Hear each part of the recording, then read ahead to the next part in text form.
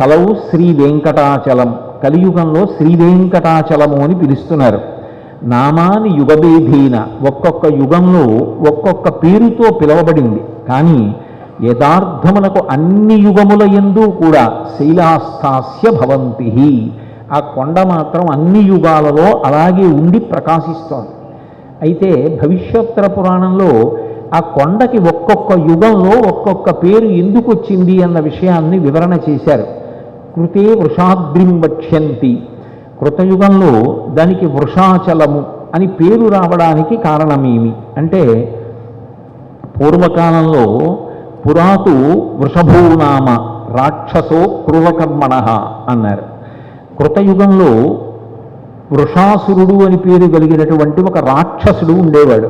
ఆయన రాక్షసుడు అని ఎందుకు పిలువబడ్డాడు అంటే, క్రూరకర్మణ, క్రూరమైన కర్మలు చేస్తూ ఉంటాడు. అయితే విశేషం ఏమిటి అంటే, ఆయన రాక్షసుడు కదా అని భగవదారాధన చెయ్యడు. ఆయన రాక్షసుడు కాబట్టి ఆయనకి వేదం తెలియదు. ఆయన రాక్షసుడు కాబట్టి మంచి పనులు చెయ్యడు అని అనుకుంటే పొరపాటు. రాక్షసులు కూడా పుణ్యాత్ములైన వారు ఎటువంటి క్రియలు చేస్తూ ఉంటారో అటువంటి క్రియలు అంతకన్నా అధికంగా చేస్తూ ఉంటారు. కానీ రాక్షస మనస్తత్వము అని పిలవడానికి కారణం ఏమిటంటే, క్రూరకర్మ